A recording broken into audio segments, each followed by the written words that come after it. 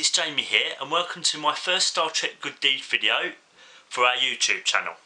Now, for some of you may or may not know, this one is going to be should Janeway has stranded her crew in the Delta Quadrant. Now, if you haven't already watched my intro, I suggest you do before you watch this because you might get a little bit confused. Anyway, on to the topic at hand. I'm looking at whether she was justified in stranding her crew in the Delta Quadrant or not. I found a wonderful source of information online from Trek Today, which is done from two Star Trek fan writers, Sarah Rose, for going to be arguing for the prosecution, and the defence, Dar Woom. Hope I pronounced that correctly. But I will post everything in the description below and you can have a look yourself if you like. So, let's move on to what the arguments are going to be. There's two basic arguments. Janeway disobeyed orders and she violated the Prime Directive. And I'll go through the prosecution and defence, vice versa, and with also my own little sort of interpretation on some of the statements that have been made, and then come to a conclusion and a little final thought just to sort of give a little bit of a teaser, really, I suppose. A bit tease you a little bit, I thought. So, but that's more on that at the end. So, let's go straight to our first argument, which is Janeway disobeyed orders. Now, Sarah Rose states that Janeway had a simple choice: return to the Alpha Quadrant with the Marquis captives, criminals, or destroy the array. Now, Janeway obviously elected to destroy the array, and Rose claims that Janeway had no logical reason to do this because a female Compa told Harry and B'Elanna Torres down on under the underground subterranean city where the Compa live that the caretaker had increased their energy surplus by at least 5 years and was still in the conduits before he passed away, so the Kazon couldn't access the array. So they would have actually been fine and she wouldn't have needed to do anything. And the fact is, with the knowledge that Janeway could have brought back from the Delta Quadrant, the Federation could have actually gone out there themselves and assessed the situation and stopped either the Kazon or any other Delta Quadrant species from using the array. So, quite an interesting argument that she puts across there. However, the defence says within place of that, Janeway actually didn't have a choice. Now, yes, she could have sent her crew back and with the Marquis back to the Alpha Quadrant, but Tuvok actually states in the episode, the caretaker, that it would have taken several hours for the system to activate. Janeway didn't have several hours. She didn't have any aid or consultation from any Starfleet admirals or any other starships. She was all alone, and her and the Marquis ship were under fire from the Kazon, who were going to send for reinforcements. She didn't have time to actually, send them back. And the fact is, she was under sort of like she had to weigh her sort of the hardest decision of her life to look after the welfare of her crew and protect the innocence of a race. So yes, she technically disobeyed orders, but she wouldn't have been able to carry them out because in that gunfight, her and probably the rest of the crew probably would have died, and that wouldn't have been any use to the Federation or Starfleet. So that is the first reason covered. Now, the second one is violating the Prime Directive. Now, the Prime Directive clearly states, as Sarah Rose has nicely quoted, the interference with the natural development of any race which possesses a lower level of technology than the Federation is just forbidden. Now, Janeway, in destroying the array, because it would have been a natural development for the Kazon to actually take over the array and advance as a species. So, in that instance, Janeway did break the Prime Directive. It is factually given that she did do that.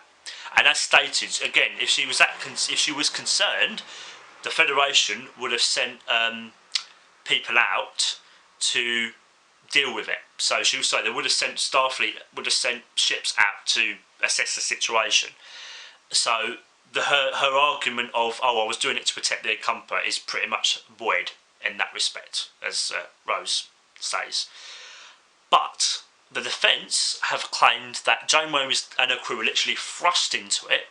They didn't interfere, they were just literally thrust into it with no control at all from 70,000 light years, and that they literally, they were a factor as soon as they arrived. And as Tuvok says, the time directive would seem to apply. Janeway goes, would it? We didn't ask to be involved, but we are. We are. And you've got to ask yourself, well, what would you do in that situation? Because the other thing you've got to bear in mind is that these were unique circumstances.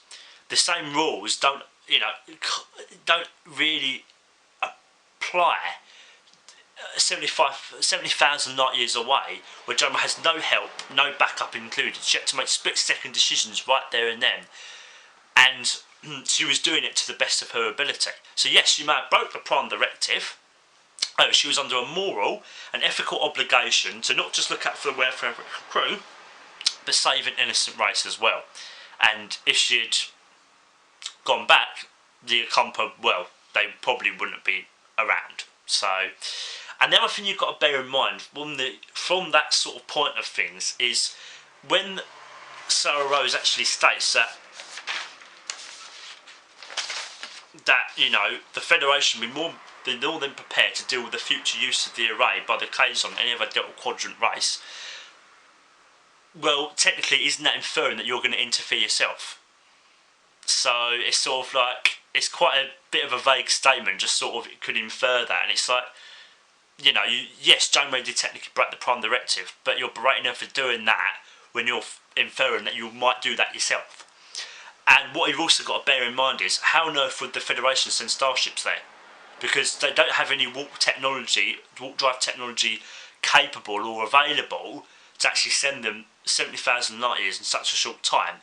The only way they could have done it is if they'd sent Q out, and he probably wouldn't have sent them there anyway, because, well, he probably just wouldn't have said yes, and he's not exactly a big fan of the Federation anyway, to be honest, if you watch the series.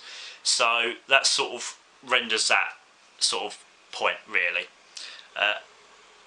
But yeah, so the only other arguments I would say was, without that, you wouldn't have, without Janeway doing what she did, you wouldn't have them rescuing 7 of 9 on the Borg, or discovering the new sort of warp drives like coaxial and quantum slipstream drive, and saving many and helping many other innocent species and encountering lots of new people along the way as well.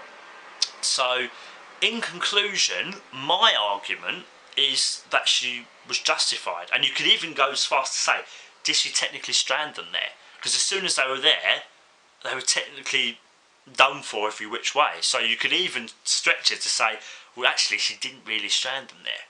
So, but anyway, let me know what your thoughts are on the topic, whether you think she was justified or not. Do you think it was actually a good deed?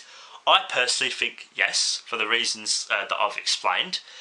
But you might have something different, or you might have other arguments that I haven't come up with.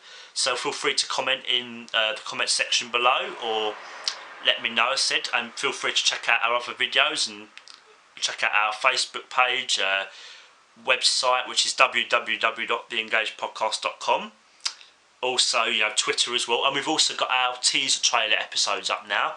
I think it's on, I think it's Podomatic, I think. I'm going to have to double check, but again, I will post a link to that in the description as well, so have no fear.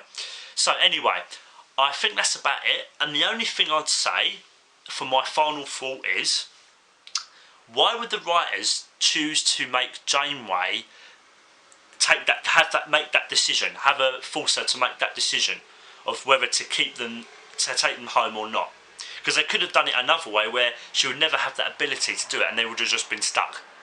So maybe to fuel a debate like this one, because examining the Prime Directive and morals and ethics has always been a big thing of Star Trek, which I think is fantastic. Or it could be some other reason. So just a little food for thought for you. And yeah, I think that about wraps it up. I hope you've enjoyed watching and listening, and I'll be back soon with another Star Trek Good Deed video for you. So until then, take care.